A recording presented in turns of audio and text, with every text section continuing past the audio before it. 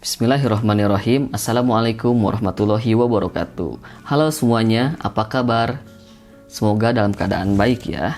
Bertemu lagi bersama saya Ramadan Ginanjar di pelajaran simulasi komunikasi digital atau yang bisa kita sebut dengan Siskomdik. Dalam kesempatan ini, saya ingin menjelaskan tentang logika dan algoritma komputer sesuai dengan kompetensi dasar 3.1, yaitu menerapkan logika dan algoritma komputer. Untuk tujuan pembelajaran ini yaitu ada 4 poin. Poin yang pertama yaitu menjelaskan konsep logika dan algoritma komputer dengan tepat. Dan poin yang kedua, menggunakan konsep logika dan algoritma dalam kehidupan sehari-hari. Dan poin yang ketiga, menunjukkan fungsi-fungsi perintah pembuatan algoritma dengan tepat. Dan poin yang terakhir, mengimplementasikan fungsi-fungsi perintah pembuatan algoritmanya itu dengan tepat. Kita masuk ke pembahasan mengenai pengertian logika dan algoritma. Pengertian algoritma sangat lekat dengan kata logika, yaitu kemampuan seorang manusia untuk berpikir dengan akal tentang suatu permasalahan yang dapat menghasilkan sebuah kebenaran, bisa dibuktikan dan dapat diterima akal. Logika juga seringkali dihubungkan dengan kecerdasan. Seseorang yang mampu berlogika dengan baik seringkali disebut sebagai orang yang cerdas. Yang selanjutnya, logika itu identik dengan masuk akal dan penalaran. Penalaran adalah salah satu bentuk pemikiran, di mana pemikiran ini adalah pengetahuan tak langsung yang didasarkan pada pernyataan langsung. Pemikiran ini mungkin benar dan mungkin salah. Definisi logika itu sangat sederhana, yaitu ilmu yang memberikan prinsip-prinsip yang harus diikuti agar dapat berpikir secara valid menurut aturan yang berlaku. Poin yang ketiga, logika itu berasal dari bahasa Yunani, yaitu logos, yang berarti ilmu logika. Juga dapat diartikan sebagai ilmu yang mengajarkan cara berpikir untuk melakukan kegiatan dengan tujuan tertentu. Kita masuk pada pembahasan selanjutnya, yaitu algoritma. Yang pertama, algoritma ini berasal dari nama ilmuwan Arab, yaitu Abu Ja'far Muhammad ibnu Musa al-Khwarizmi. Al-Khwarizmi adalah penulis buku berjudul Al-Jabar wal Muqabalah. Kemudian, dari kata Al-Khwarizmi ini dibaca oleh orang barat menjadi algoritm, yang lambat laun menjadi algoritm, dan diserap ke dalam bahasa Indonesia menjadi algoritma. Poin kedua, algoritma menurut para ahli. Menurut Rinaldi Munir, algoritma adalah urutan langkah-langkah logis penyelesaian masalah yang disusun secara sistematis. Menurut Gunadarma, tahun 1968, algoritma itu adalah suatu himpunan berhingga dari instruksi-instruksi yang secara jelas memperinci langkah-langkah proses pelaksanaan dalam pemecahan masalah.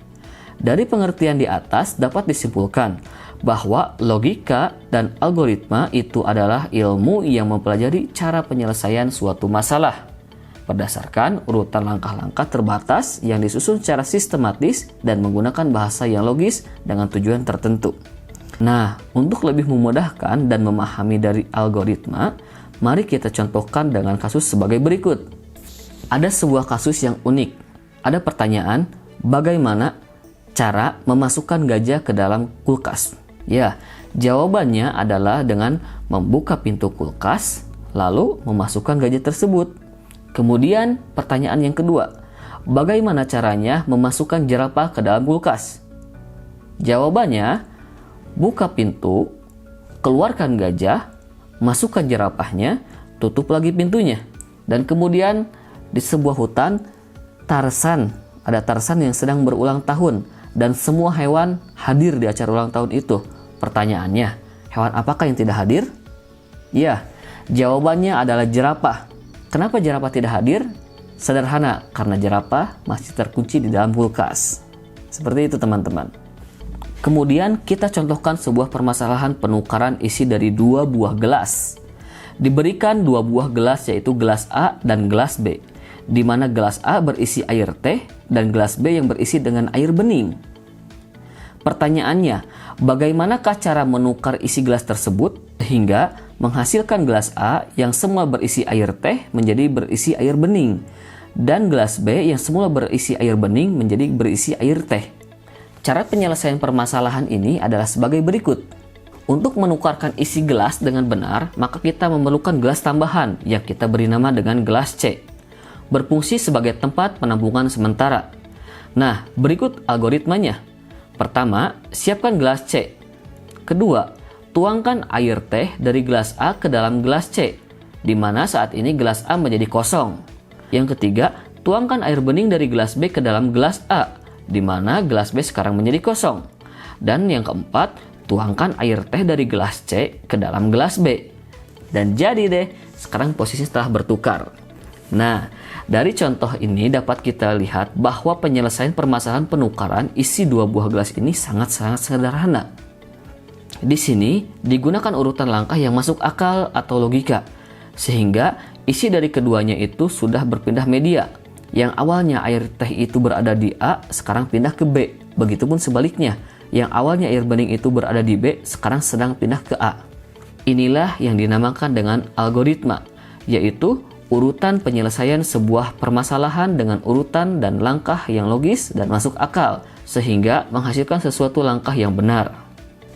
Jadi kesimpulannya, algoritma adalah ilmu yang mempelajari cara penyelesaian masalah berdasarkan langkah-langkah terbatas yang logis dan sistematis dengan tujuan tertentu.